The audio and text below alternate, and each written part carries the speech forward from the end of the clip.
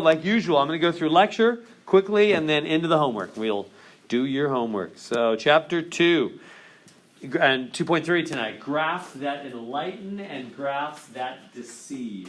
So we're going to look at graphs and how they can be used to be helpful. I mean, that's what this whole chapter has been about, right? Displaying information using graphs. So, all right, key concept is common graphs that foster understanding and some graphs that are deceptive. We'll take a look at that. That's what we're trying to do in this class, is become both a wise producer and consumer of information. That's what statistics is all about. We're in the information age. We want to become wise at both producing information, statistical information, summarizing things, and also wise consumer for, because sometimes data is meant to deceive, and we don't want to be, intentionally or not, don't want to be fooled.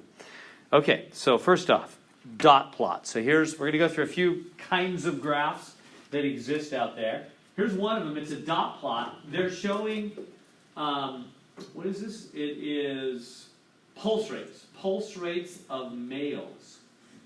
What's your pulse rate? Pulse rates of males. So those dots represent different pulse rates along the way there. Does that make sense? So like these dots, for example, this dot right here probably represents a pulse rate of 50. Yeah, I mean, they're right on 50. It's got it. Those two, both those dots. That means in this survey, I don't know how many, every one of those dots is a person that was surveyed and their pulse rate.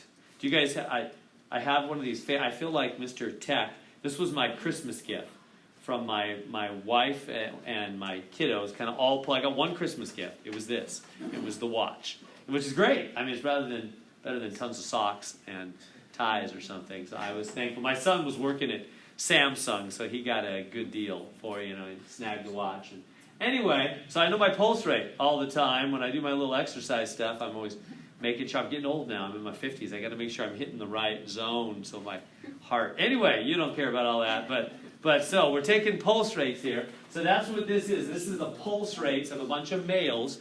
And so you understand what these dots mean. Like these two dots right here, they mean two people have a pulse rate of 50. Now, what does this next group right here mean? Well, how many dots is that? 1, 2, 3, 4, 5. 5 people have a pulse rate. Now, what is that pulse rate? I don't know. Maybe 52. I'm guessing. This is 54, 56, 58, 60. Looks like they're going by twos probably about. I'm just guessing. So that would mean 5 people in the study here. 5 people had a pulse rate of 52. This is making sense. So see what this diagram is showing? This information. So what's the lowest pulse rate up there? Looks like a 40, and then that's probably a 42, right? Okay. So that's a bunch of pulse rates as a dot diagram. Every dot plot. Every pulse rate's a dot. Okay, now, features of the dot plot. It displays the shape. Yeah, what was the most common pulse rates? Like this one. It's a 66. And this is 72. So looks like most males are between 66 and 72. Right? Just getting, that's the common. It almost looks like a bell. See how things are bell all the time? We've been talking about that. Naturally occurring data are bell-shaped. All right, on we go. It displays it. You can recreate the original list. Now, let's change it. Same pulse rate, same information, same group of men. Now we're showing their pulse rates on a different kind of graph, stem plot. So this is a stem plot. The numbers here are like the stems. We're thinking about a plant now. It's like a stem. Some people call it a stem and leaf display. Sometimes it's called that also. Stem and leaf. So it's like, it's like a plant. It's got its root, it's got its stem, and then the leaves come off of it. So that's the idea, stem and leaf or stem plot. So we've got 40s, we have 4D and 4D2. So those two listings mean one male had a pulse rate of 40, another had 42. The 5 here, 5050, means 2 males had a pulse rate of exactly 50. And then how many 2s we got there? Whatever that is, 1, 2, 3, 4, 5. 5 people, 5 males had a 52 pulse rate, etc. We good? So it's the same information. Let's go back. See how it's the same thing as this. right? There was a 40 and a 42, and then two 50s, and then a bunch of 52s. Same thing, right? A 40 and a 42. And same exact data, this time shown as a stem and leaf display. Do you see how it almost looks like a bell curve on its side? You know, it's basically the dot plot turned on its side. If you know, here's the bell, kind of turned on its side, just like they took that data and turned it on its side, huh? Very similar. So, it's not much different. So there we go. Oh, yeah, they even said I didn't need to write it. They said it. 40 and 42 right there. So these are just different kinds of displays of data. All right, oh yeah, there it is, stem and leaf. So it shows the shape, the original data values. It's sorted in order. Time series graph. So I'm just kind of whipping through this quick. I don't think it'll be hard for you. Time series graph. So this shows over various years. And now we're talking time. So this is different data now. We're not doing pulse rates anymore. Now we're saying over time, what is this? Law enforcement fatalities.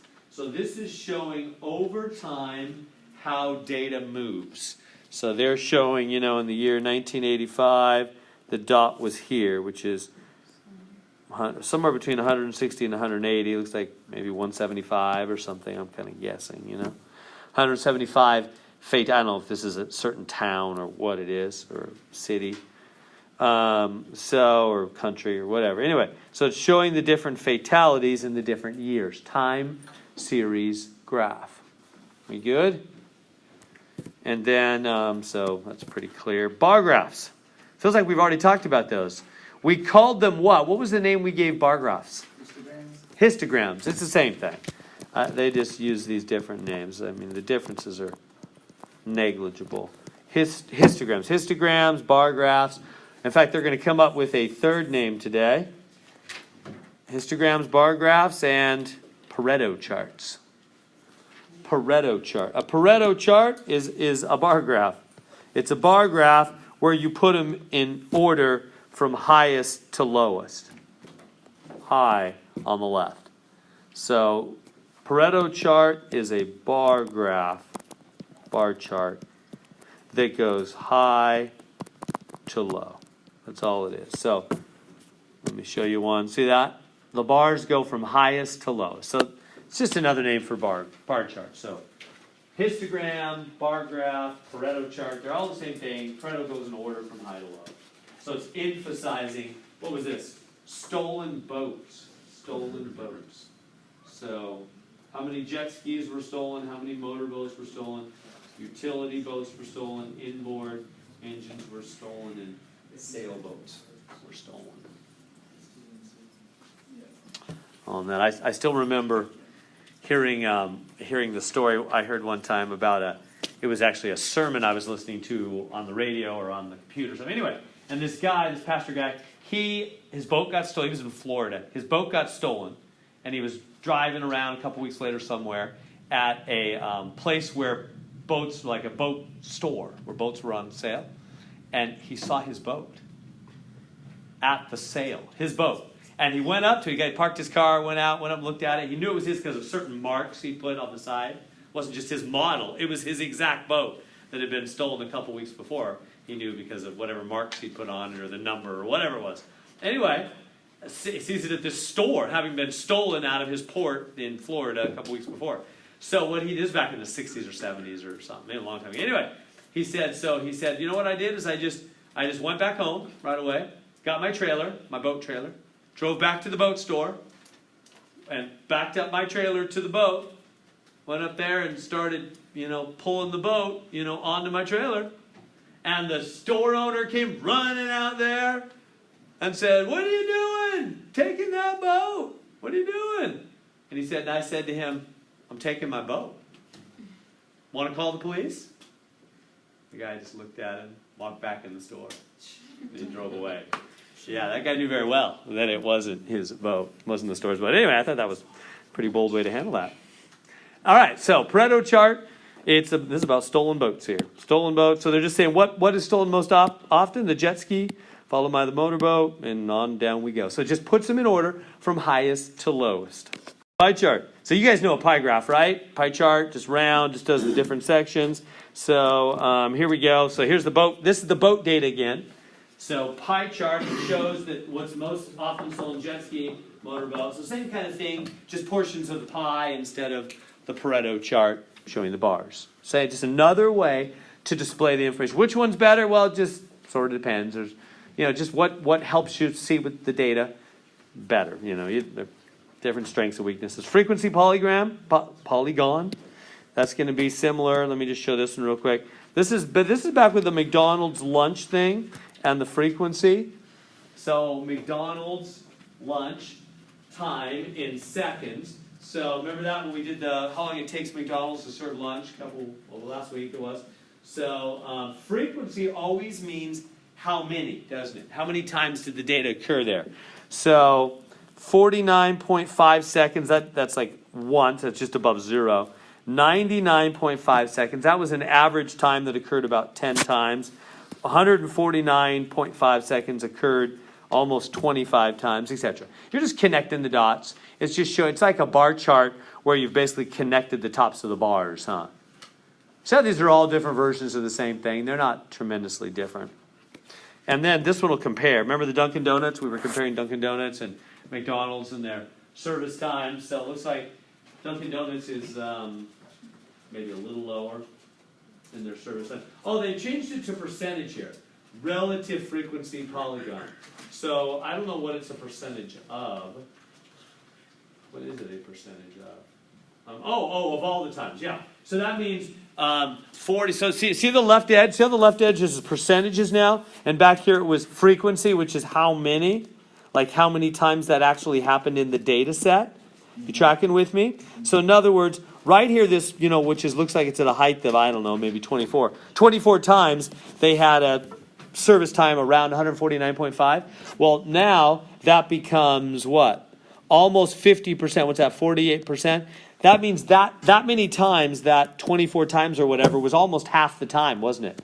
It was about 48% of the time that McDonald's had that service time. So you can turn any graph from frequency to relative frequency. That means percentages. Because that's how they relate. You with me? That's what a percentage is. It's the part of 100, isn't it? We good with that? The very meaning of percentage? All right. On we go. Graphs that deceive. Last, we'll end with this. How can they be deceiving with graphs? How can they kind of fool you? Well, here's one way. Look at this data real quick.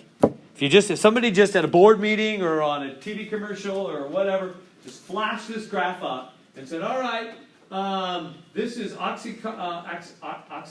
Did I say that? I said it right? Oxycontin? Oxycontin? Yeah. It's like Contin there. Anyway, and a placebo. And they're saying, yeah, look at this. Percent experiencing nausea, right? That drug can make you sick, I guess. So look, if you just glance at Oxycontin is way more than the placebo at making people feel sick, right? Causing nausea, way more. Like, what's that, 10 times as much? But hold on.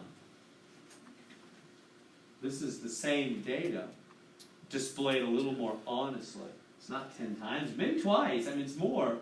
But do you see what they do? You see what they did? They made that one look more dramatic. The same information, displayed differently. What they do? No zero. No zero. They started off at 10%, right? Just 10. Yeah. Oh, and they just honed in between 10 and 24, didn't they? They just focused in between. So notice what they did is they just grabbed the part that goes from here to there, and they just honed in on just that part. Well, that's sort of deceiving. I mean, when we see the bottom of a graph, I mean, it is and it's not. I mean, they could always say, well, look, it said 10% here. You knew that wasn't the bottom. Well, yeah, if you read the fine print, you do see that. But the first image just looks dramatic, doesn't it? So do you see how they can deceive with statistics? They just kind of throw out information. They're not really doing anything that's, not the truth, but it can be deceiving, intentionally or not. It can be deceiving. So it's a little more, it's considered in the statistical world a little more honest to make the bottom zero. Because it's more of a true look at the data. When the bottom is zero, it's like, okay, yeah, Oxycontin's more, twice as much, but not like 10 times as much like that first graph appears to be. So watch out when you see graphs, make sure the bottom's really zero. And that's it. Yeah, there's other ones. We'll see other ways to deceive in the homework. Let's go for the homework, huh? All right, so here we go. I think this will be pretty easy. It'll be a little tedious, honestly, because it's a lot of looking at these dots and saying which one of these graphs fit the dots. It is kind of tedious. You got to look close at the numbers. There's probably a stat plot way to do it really easily. All right, but the exam, we're not going to be using stat plots. So let's make sure we can look at these numbers. Multiple choice is what the exam will look like. Multiple choice. So can you look at this data and say, all right, which of these, A, B, C, or D, this is question number 1 now in the homework, fits the data? These are dots. Should I make it bigger? Can you see it? Yeah, if I make it bigger, I'm afraid it's going to go off the screen. What I can do and keep that data in the upper right. So look at these numbers. These are dots. These are little dots that are stacked up at the various numbers. Okay, does anybody see an easy way? It's all about detail. Yeah, what do you think? What do you see? The outliner 50. The what's that? The lowest one? The outliner 50. Oh, the outlier 50. You're looking at that right there? Yeah. And oh yeah, they have a 50, don't they? Yeah, only one though. Well, There's 2. he has 50 also, right? Alright, so I don't know if you can see it. It's pretty small. number. So it's either got to be A or B. Good observation. It's got to be either A or B. Does that make sense? Because the C, I don't know if you can see, it's sort of small. C and D are missing the dot at 50. Good observation, right? There is a 50 in our data set. There should be a dot right at 50. C and D are missing it. So it's either A or B. So far so good. Elimination. We'll just say no way C, no way D. Yeah. And then there's more 70s. And there's more 70s on B than A. Oh yeah, good. Yeah, it looks like, I don't know if you can all see it as well. Is there, how many, are there 2 there? It looks like 2 of them. Yeah. And maybe there's like 4 at least there. So how many 70s really are there? 1, 2, 3, 4, 5. Oh, not 75s. I'm counting 75s. How many actual 70s? 1, 2, 3, 4. Yeah, so the answer is B, huh? Good job. So just look for some details like that. Does that make sense? Just narrow it down by some details. Good work. So question on the bottom. Are there any so the real data is B. We get now, so don't just forget about the other ones now. This is the real dot graph. So are there any outliers? Have I used that word before? I think it's obvious what it is, right? It's just numbers that are real high or real low that are outside the norm, the middle. Just really big or really small. Are there any really big or really small numbers? Yes. Yeah. Yeah, the 50, huh? The 50 is the only one. Well, you might say, well, how about this? That one's pretty close. He's not a real outlier, I wouldn't think. So the 50 is the outlier. I can't see that option down there. Yeah, so are there any outliers? Yeah, there's the 50, an outlier far away from the other ones. We good on that? Easy enough. Let me go back wherever it was. Somewhere. There it was, yeah. So the 50 is an outlier. That was answer C. All right, let's move on. Good. Question number 2. Construct stem and leaf this time. Stem and leaf. There's the number. So again, it's a little tedious. You're looking at all those numbers, and you're going to be picking out which one of those is the right graph. So all of these numbers, which of those is right? So do you got an eye to kind of see that it's an eye for detail, huh? Which one is it? Maybe look for the lowest numbers or the highest.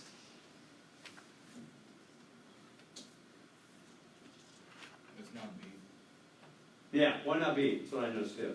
Because it's 68 and it says 65. Yeah, 68 is the only one in the 60s, huh?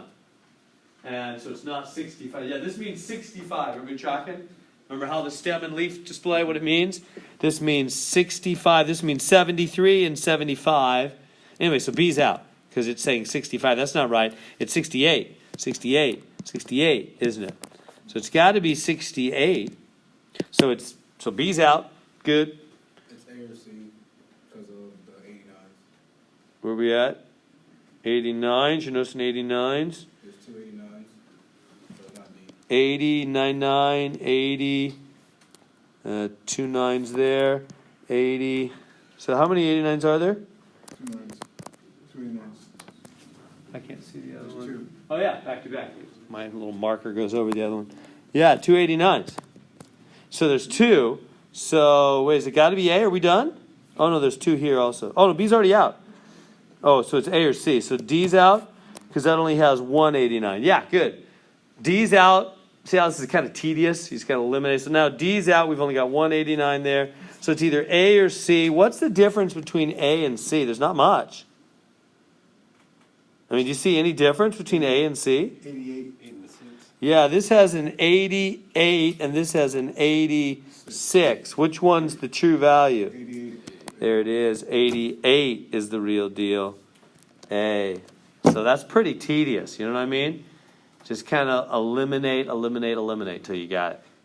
All right. How does the stem and leaf plot show the distribution of these data? I don't know. What are all these? So the real answer is A. The lengths of the rows, these are rows, are similar to the widths of the bars. To the widths of the bars? No. No. The heights of the bars in histogram. Longer rows of data correspond to smaller frequency. No. This one. The length of the rows is similar to the heights of the bars. Longer, yes. D. Now, does that make any sense? Let me help you with that. So D is the right answer. So the length of the rows. So notice, how is this like a histogram, a bar chart? How's that like a bar chart? Well, it's like bars on the side. See what I mean? Boom, boom. If I make these into bars, see that? See how it's like a sideways bar chart?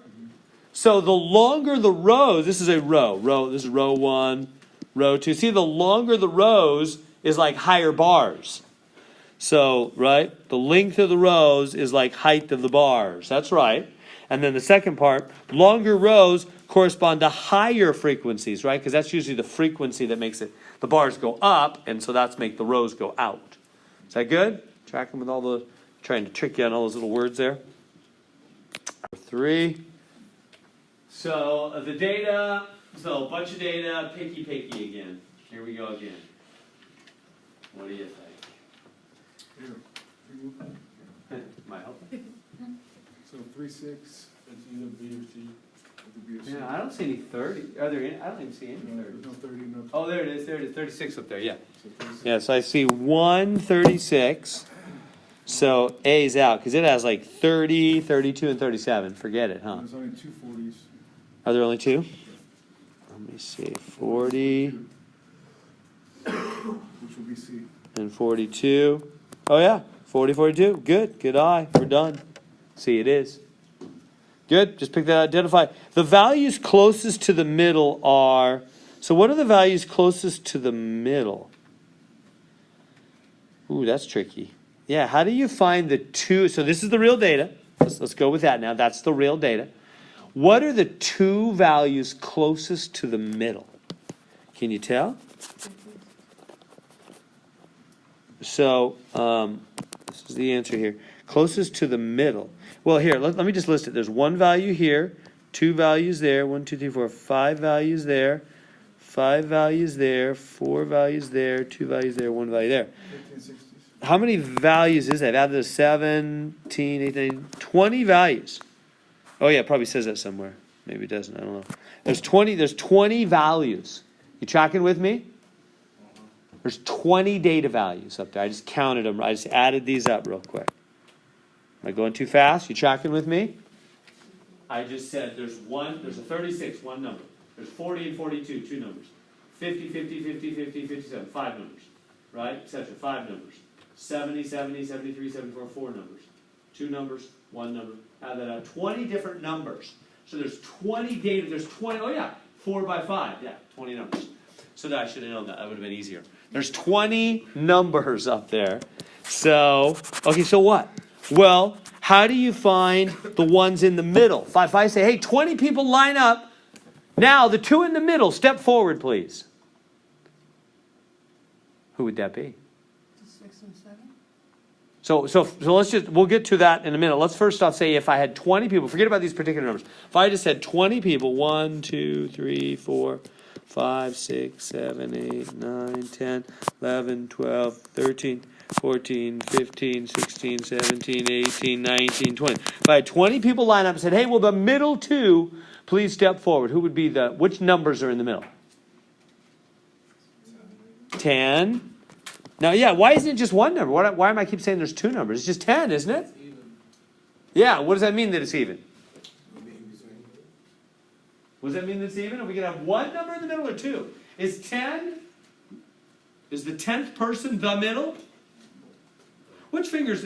I'll do a crude example, and then you won't forget. I'm showing my middle finger, so I'm not really. But why do we have a middle finger? Because we have how many fingers? An odd number, right? If we only had 4 fingers, would we have a middle finger? No, we'd have 2 in the middle, wouldn't we? You with me? So if you have an odd number of things, then you have 1 in the middle. If you have an even number of things, you have 2 in the middle, right? I don't know if you've ever stayed up late at night and thought about that. With an even, that's what strange math teachers do, I know. But if you have an even amount of things, there's not 1 in the middle, there's 2. Now you know that thought.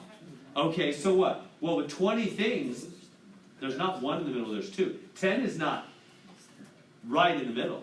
Why not? Well, because there's 9 below him. How many are above him? 10. That's not the middle. There's 2 numbers in the middle, right? 10 and 11. Now there's 9 below them, 9 above them. They together are the middle, aren't they? You see, when you have an like if we had 4 fingers, we'd have 2 in the middle, not 1, right? You have an even amount. We're going to use that in chapter 3. Remember that. File that away. When you have an even amount of things, you have to have 2 in the middle with 4 fingers, not 1. We have a middle finger because we have an odd number of fingers, right? So when they have 20 data points, and they ask you for the 2, that's why they're asking for 2 in the middle, because they know there's 2. Yeah, so who would that be? So we're looking for the 10th number and the 11th number, huh? So 1, 2, it's just, this, to here it's 5, 6, 7, 8, 9, 10, and 11. Is that too quick? 61 and 63. I just counted them up, right? I just went 1, 2, 3, 4, 5, 6, 7, 8, 9, 10, and 11. 10th and 11th numbers. So it's nice. Stem and leaf display puts them in order. You can grab the middle 2. So 61 and 63 are the 2 in the middle. In chapter 3, that's going to be used to find what's called the median. We'll calculate the median that way by grabbing the 2 in the middle, and we'll average them. We'll add them and divide by 2. So the median of that data set would actually be 62, right in the middle of 61, 63. All right, some data. What are we doing this time? Data represent percentage of recent high school graduates within 12 months who enrolled in college in the fall. Time series plot, comment on any trends. Okay, so there's the graphs. The data is all down here. So I'm going to have to flash to a new screen for you. So there's the data. This is where these are going to be tedious. You're supposed to look at all that data and figure out which of those graphs is really telling the story. So which one of those graphs is a right time series graph? How about we just start in the beginning? I mean, I don't have a really genius game plan here. I'm just saying 1989, 59.6. So 1989 should be up. Does that look like 59? It kind of does. 1989, that's way up almost to 70. No, it's not B. B's already out. Checking with me? And then 1989, yeah, so far so good on C. So B's already out. Right, B's crazy. You're right, it doesn't even fit that data point. The very first data point. So A and C are good so far. Now, how are we going to test it? I guess you got to just pick another point. Where do these 2 graphs look especially different? Yeah, that middle one goes really high. Now, is that right or is that wrong? 1997 about is up around, I don't know what that is, 66, 8, I don't know. Oh, is that 67 or so? So it looks like 97, what is 97? 67. 97 should be 67. Oh, yeah, that's right, huh? A's right, C's wrong. They have 97 only up at something below 64, huh? So A is the answer. Is that too fast? Are you guys okay with that? See how I figured that out? Right? Just by looking at that middle, 1997 should be 67, not below 64. All right, so the real data is A. And then now, comment on the trends. So if this is the real deal here, what's the trend? The percentage of high school graduates who enroll in college has generally decreased. No, it's not decreased, right? Over time, looks like it's going up. I mean, it had a little decrease there, but overall, it's not decreasing, right? Try the next one. Percentage of high school graduates who enrolled in college has generally increased. Yeah. Not any trends. No. They've been generally increased. Not always, but generally. Had some fall in it, but Right, went down a little bit here, but generally increased. All right.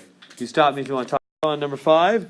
Given below are the numbers of indoor movie theaters listed in order by row for each year. Use given data, expected time series graph. What is the trend? How does the trend compare to the drive-in movie theaters? So here's drive-in movie theaters. Down she goes. Like that. And then we're supposed to do indoor theaters. So I got to look at that data and figure out which of these graphs is right for indoor movie theaters. So there I just gave you all the data, but the graphs aren't on the screen. It's the best I can do. We'll go back and forth. So there's all the data, and we're supposed to look at that and figure out which of these graphs is right. It's a lot of dots. This is tedious. Okay, so look in there. Can we just start with the first dot? 1 in year 1. What's year 1? Is this when is this in time? I don't know. They kept some. I don't know when they made this data. Anyway, but year 1, it's supposed to be 20,595. So year 1, 20,595. Okay, what can we throw out one of those graphs right away? C. Yeah, C is like no way. Yeah, you see that? Out 1, that thing's up at like 36,000. Yeah, that's not right. So C's out. All right. So A. The other ones look good so far. In the year 1, it was 20,595. And then, I don't know what's it doing from this. It's kind of a hard one. Check the drop. Yeah, So A would be up there because it's consistent. Let's see. It's going up. keeps going up. Up. Yeah, pretty much. No, I guess a little drop here. Mainly almost level there, huh? Right, but it doesn't drop like it does on A. A drops completely. Yeah, so it's going up, up, up, and then kind of levels, little drop. So which one goes up, up, up, levels with a little drop? I'm thinking B. No? It's not A. Yeah, you guys are right. It's not A for sure. That's like a huge drop. We don't have a huge drop. But we do have a little drop. Right? So B. B looks right to me. See, right? These went, this is 36, and then these are all 35s and 34s. So it was a little drop. So it looks like B to me. So B is our graph. How would you describe it? There appears to be an upward trend, unlike drive-in movie theaters, which are downward. Yeah. Right? See the drive-in went down, and then upward, then downward, unlike drive-in, which is only downward. Well, I mean, a little bit. That's kind of a close call. There appears to be downward. No, that's just crazy. A and B are pretty close. Appears to be upward, then downward, unlike drive-in, which only have downward. Oh, I guess so. That's pretty close. I'm not going to push you that close on a test. I guess B is a little more accurate.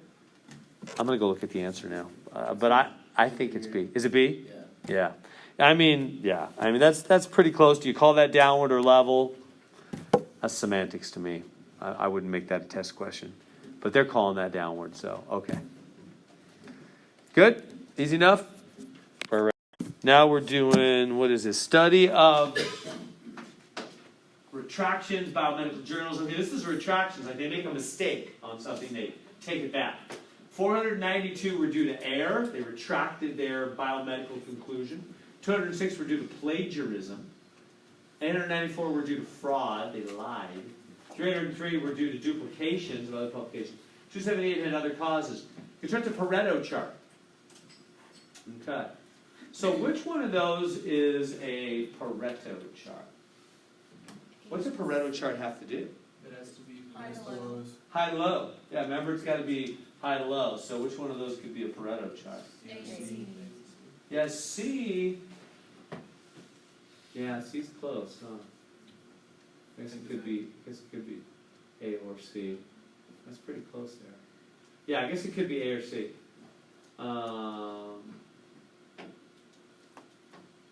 Wait a minute. No, something's wrong. What's the biggest number? Would be, It's 894 were fraud. What's the next biggest number? 492 error. 303 is duplication. Yeah, it's got to be A, huh? Yeah. Because none of these numbers are the same. So see how on C those two look the same? It can't be C. See what I'm saying on that? Yeah. They're all different numbers, aren't they? So it's got to be A, doesn't it? It's got to be A because they're all different. Even though you could make a Pareto chart like C, that's not right. Because see how these two bars are level? We don't have level. None of these numbers up here are level. They're all different numbers, aren't they? They're all different. So yeah, so it is A. And then among such retractions, does misconduct, which means fraud, duplication, or plagiarism, appear to be the major factor? Does it? Is that true? Fraud, duplication, and plagiarism? Yeah, fraud was the biggie. Right? So yeah. Yes. Misconduct appears to be the major factor because the majority of retractions were not due to misconduct. What? That didn't make any sense. Yes. Misconduct appears to be the major because the majority of retractions were due to misconduct. Yeah.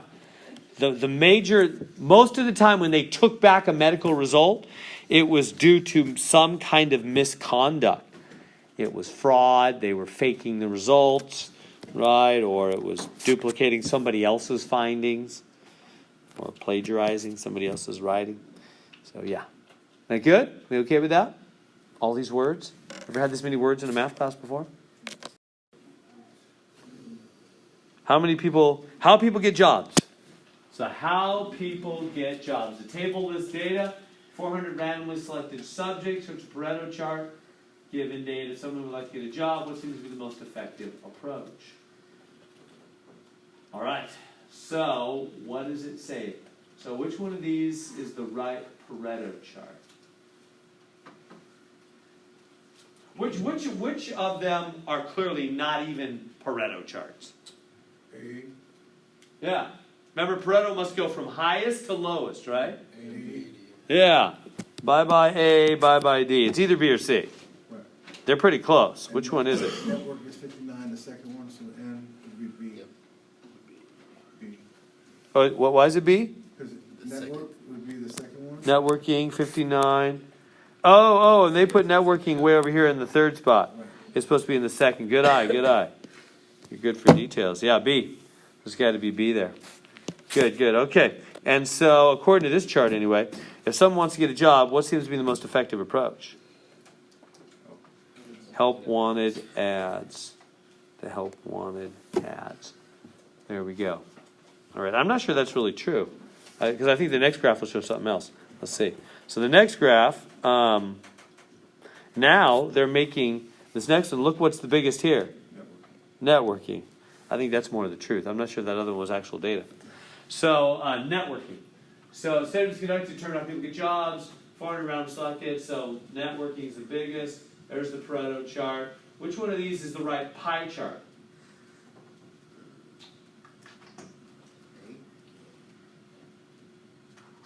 Yeah, just based on networking, huh? Networking, I think that's the truth. Networking is the biggest, clearly, right here. Networking is the biggest bar. So networking's got to be the biggest portion of the pie. Well, networking is green, and that's more than half the pie. That looks good. Here, networking green is less than half the pie. Not true. Networking here is blue, really small. Not true. It's this first one, isn't it? Good enough? Compare the pie chart found to the Pareto chart. Blah, blah, blah. Can you determine which graph is more effective? I don't know. That's like an opinion thing. I think they say the Pareto chart, don't they? No. I'm not sure that's an absolute truth. It's not more their opinion, but... Okay, I'm not going to test you on something like that. Because that seems like an opinion to me. But they're saying the Pareto... I mean, I guess I kind of agree. That's probably a little better. I like it better, but I'm not sure everybody would. So, anyway, that's what they wanted on that one. Number 9, given data represents the number of people from a town, age 25-64, who subscribe to a certain print magazine. Fix polygons, the graph suggests distribution is skewed, so how? So, all right, so how many people, 25 to 34, subscribe to this magazine? 35 to 44, 45 to 54, 55 to 64, that's how many people. And then they make these frequency polygons. So first off, which one is the right frequency polygon? D, B, or D? D. That's a little more confusing, huh? D because draw. Yeah. You do the first outer line. Yeah, see how it goes up a little, then a lot, then down a bit. Right. Yeah, I'm agreeing. Right, up a little, up a lot, down a bit. Like A. D. Uh-oh. That's what I got. Are you sure it's not mixing them up though for you? No, Is it's it like the different? same thing. I'm like looking at it like almost the same thing. It's like the same actual like They make you choose one with zero. shape and everything. Yeah. What are they doing? They make you choose one with zero, like a start. Let's start from 0. Yeah. Does it? Start from 19.5. Why does it have to start from 0? Does it increase with it? Let's see. 25 to 34. I have the same shapes on mine, all the one, but then A is like the one it says like that it says correct. Hmm. So it starts at 0, ends at 0? Oh, look at that. Yeah, it maybe you're right. Yeah. I mean, I'm sure you're right. Yeah, look right here. Here's what I just noticed. This piece right here is exactly this. It just has an extra beginning and end, huh? So they are the same in the middle. Now, do we need that beginning and end? I don't remember. Oh, confusing. It is. I think so, kind of too. Why do we? I don't. Honestly, I really don't remember. These kind of things are kind of dumb to me, I think. Why do we need that beginning part there? Why do we have to start at 0 for 19.5? I don't know. Maybe they said. Did they say something like that back when we did frequency polygon? You guys are as lost as me, huh? That's how it goes all our own now. What did they say back here? It starts at 0. Start and end with zero. Does it start? Yeah, that one started at 0, huh? Variation. Let's see. Graph. Okay, here was the notes. It's similar to histogram, but a frequency uses line segments. Graph using line segments connected to points located directly above the class midpoint values. Well, that doesn't say a lot. It did go down to 0. That's true. All right, let's get back to the question. Okay, so here's the question. Yeah, so I guess they're wanting us to start with 0. So it starts with 0, it ends with 0 at 69.5. You just connect it to 0 at the top of your data values. I guess I'm not going to test you. I think that's kind of a dumb thing. Whatever. Let's move on. Is it skewed? Is it skewed? Which way is it skewed? Yeah. Because it's like a bell curve, right? We're always thinking about compared to bell curve. Compared to bell curve, which would be like right here, it's been pulled a little left, hasn't it? Does that make sense?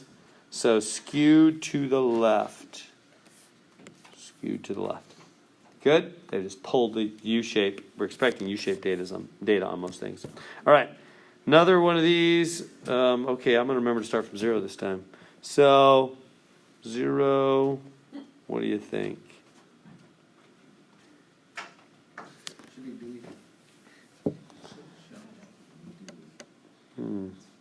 Oh, yeah, you're right. They're being tricky, aren't they? Yeah, see how it's going down? Way down, and then... 1 instead of starting at 0. Yeah, do you see that trick? 0. See what they did? Yeah. See how they started -1 here? And this is 0, 1, 2, 3, 4, 5. See what they're doing? 0, whoop, not 0, 0. 1, 2, 3, 4, 5. Yeah. So at 0, it's supposed to be up at what? 26. So no way on A, right? 0, this thing is up at 0. It's up at something low. No way on C. 0, this one's up high. Looks good. 0, this one's up pretty high. Yeah, it might be a little low, huh? So 18 is the next one. 1 is 18. it's B, isn't it? 18. Yeah, it's looking like B to me. Yeah, because this goes 1 and then 2. Yeah, those are 2 and 2. Yeah, so it's B. All right. And is it skewed right or left? Right. Yeah, that one's skewed to the right. See this little chunk? It's pulled to the right there. Good. All right, I'm going to move on from that. So, bar graphs. Graph to the right compares teaching salaries of women and men at private colleges and universities. What impression does the graph create? Does the graph depict the data fairly? If not, construct a graph that depicts the data fairly. So, what is the difference? Just first glance, what impression does it create? Ben gets paid more. Yeah, like way more. Like the min graph is just like way higher, like double, triple. But then you look again, and you go, oh, they didn't put the thing at 0. Do you guys? Right? They started it at 50,000. So let's see. What would it see? The graph picks impression that women have salaries that are slightly higher. No. Impression that men have salaries that are more than twice. Yeah, that looks right. Let's read them all though. B looks right to me. Right? Men are more than twice. Impression that men and women have approximately the same. No, it doesn't. Impression that men have salaries that are slightly or not slightly more than twice. Yeah, that's the impression. Does the graph depict it fairly? No, because the vertical scale doesn't start at 0, huh?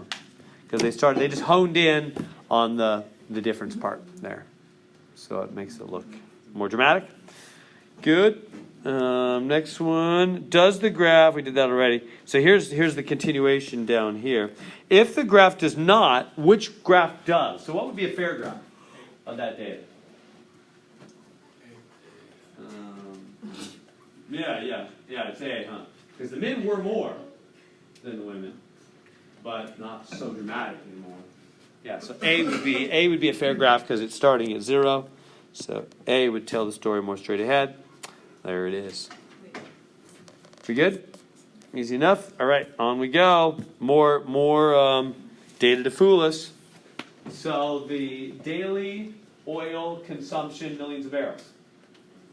So the deal on this one is it uses cylinders to represent oil consumption. When they make three-dimensional pictures on their data, see, they're really supposed to just be comparing heights. They're supposed to just say, look, A is higher, right? 20.9 is about 4 times as high as 5.9, or 3.5 times. Right? This is basically 6. This is 21. So it's, about 3 times as tall. But by making it also wider, it just looks like way more, doesn't it? They not only made it taller, they made it wider. When you do a 3-dimension, it just looks like it's crazy more. I mean, you could fit how many of these B's in A? You could fit like 20 of them in there, it looks like. But that's not really right. Country A is at 20 times as much as B. See how that's deceiving? What should they do to be faithful? They should just give heights, shouldn't they? So which one would be a good graph fairly, show the data fairly? See these 3 down here? Which one's fair? Yeah, A, because it starts at 0. It shows, the country A is higher than country B, but there's no volume to it, making it look unreasonable. Does it distort the data? Yes, because 3D objects always distort data? No, because the graph incorrectly uses objects of volume. Yeah, there is a way to do volume correctly, so that's why it's not answer D. They don't always, but they did on this one. All right, here at the end of this section, right? It's the last one. Oh no, where you got an answer? I guess there's more. All right, something uses line segments to connect points. So yeah, we're just going through the names again. So what uses line segments to connect points?